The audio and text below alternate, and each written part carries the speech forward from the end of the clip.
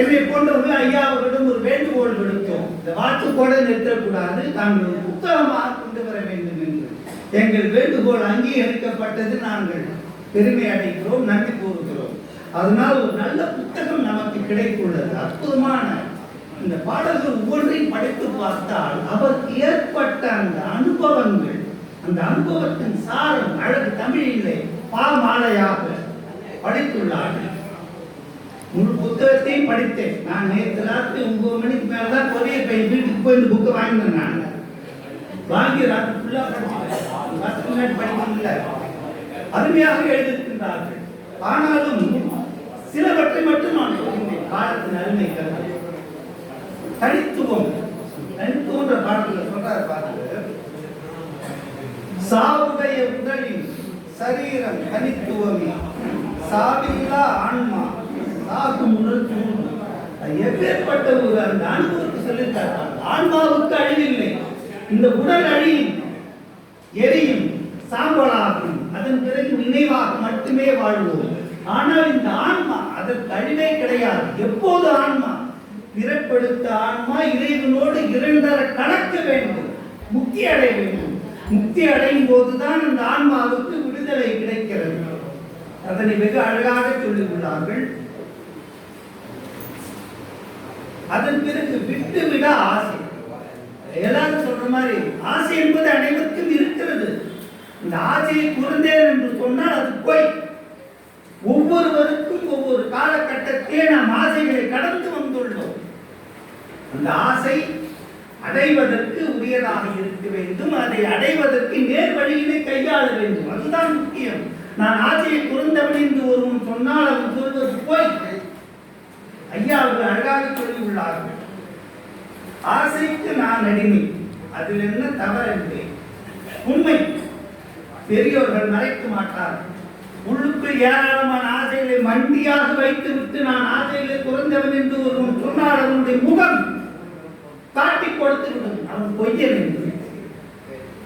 ஆசைக்கு நான் அடிமை, அதில் என்ன தவறு என்பேன். ஆசை விட கேட்பதும் ஆசைதான் நான் அறிவேன். உண்மைதானே? ஆசைதான் வாழ்க்கையாய் ஆனதும் என் தவறா? ஆசைகள் விட்டொழிய ஆண்டவனே வழிகாட்டு.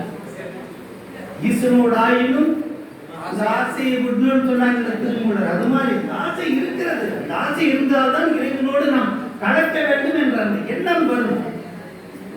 உண்மையை உள்ளபடி சொல்லி இருக்கின்றார், பாராட்ட வேண்டும் என்று பாருங்கள். கண்ணியம், இறை அனுபவத்தோடு கண்ணியம் என்று ஒரு கவிதை. அழகிய உலகம், அன்புதான் இளமை, அச்சம் விடுத்திடு, அன்பை விதைத்திடு, இருத்திடு அமைதியை, இனித்திடு வார்த்தையை, இதயம் கழித்திடும் இன்புகம் புன்னகை. இவைகளெல்லாம் இருந்தால் போதும். முகவிலாசம் என்று சொல்வார்கள் அல்லவா? அந்த முகம் பழியர் என்று இருக்கும். அவன் அகம் சுத்தமாக இருக்கிறது, தெளிவாக இருக்கிறது என்பதை காட்டிவிடும்.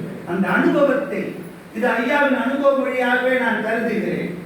அந்த தெய்வீக முகத்தை பாருங்கள், இந்த அனுபவ வழி. அதன் பிறகு 8 வீக் சிவபாக்கியத்தில் படிச்சுக்கும் இல்லை. நட்ட கல்லும் பேசுமோ, நாதம் உள்ளிருக்கையில் சுட்ட சட்டி சட்டுவோம், கரிச்சுவை அறியுமோ என்றெல்லாம் படித்திருக்கோம் அல்லவா? அந்த ஒரு நடையிலே ஐயா அப்படி எழுதியிருந்தார் பாருங்கள். சொந்த பந்தம் சொத்து சுகம் சொத்தம் என்று சொல்லுவீர், வந்த வழிகள் என்னவென்று வகையில் பழகும் சொல்வீரோ. பெரிய பாட்டு, முக்கியமானது மட்டும் சொல்றேன் பாருங்க. மந்தி போன்று இங்கு மங்கு மனது மாக்கும் சொல்லுவீர், சிந்தை புகும் சிவனின் தாக்கும் சீர்மை செய்யும் செப்புவீர். மனதை அடக்கி விட்டால் அரணின் அடிகளே உய்யும் வழி என்பதனை உணர்ந்து விட்டால் வாழ்கின்ற வாழ்க்கை பயனுள்ளதாக இருக்கும் என்பதனை எட்டீர் என்ற அற்புதமான அந்த ஓசையோடு படிச்சா தெரியும். அவையெல்லாம் ஆன்மீகத்தின் வெளிப்பாடு. ஐயாவுடைய சொல்லிக்கொண்டார்கள். இதனை நான் எப்படி எழுதினேன் என்றால், இங்க வந்து இலக்கணம்லாம் பார்க்காதீங்க, உள்ளத்தில் தோன்றியதை அப்படியே நான் கவிதையை எழுதினேன் என்று சொன்னார். அப்படி என்றால் அந்த பரிசுத்த உள்ளத்திலே தோன்றிய எண்ணங்களின் அதுவலைகளை பாருங்கள். அதை வாசிக்கும் போதே நமக்கு ஒரு உத்வேகம் கிடைக்கிறது என்றால், அதனை யோசித்த போது அவருக்கு எப்படி இருந்திருக்கும்? அதுதான் இறை அனுபவம், ஆன்மீக அனுபவம். நிறைவாக ஒன்று சொல்கின்றார். ஆன்மீகம் என்பது இன்றைக்கு நான் சொல்கிறேன், யாரும் தயவு செய்து தவறாக நினைத்து விடாதீர்கள், ஒரு வியாபாரம் போல் ஆகிவிட்டது.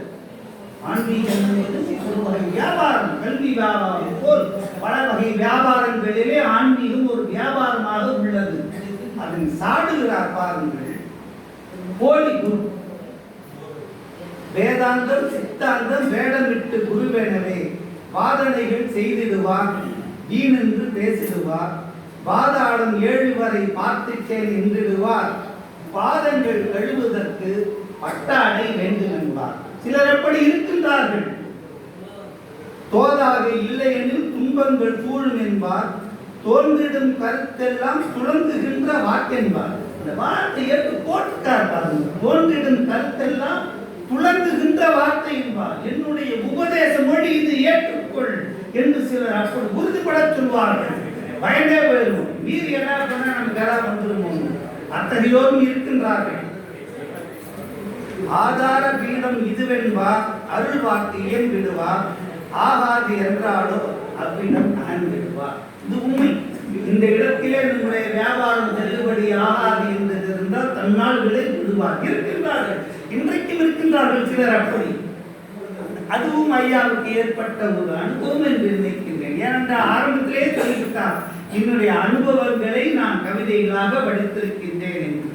உங்களுடைய அனுபவம் எங்கள் அனைவருக்கும் ஒரு வழிகாட்டியாக இருக்கும் என்று சொல்லி இந்த நல்ல நூலை படைத்த இந்த மா மனிதரை வாழ்த்துகிறேன், வணங்குகிறேன், போற்றுகிறேன்.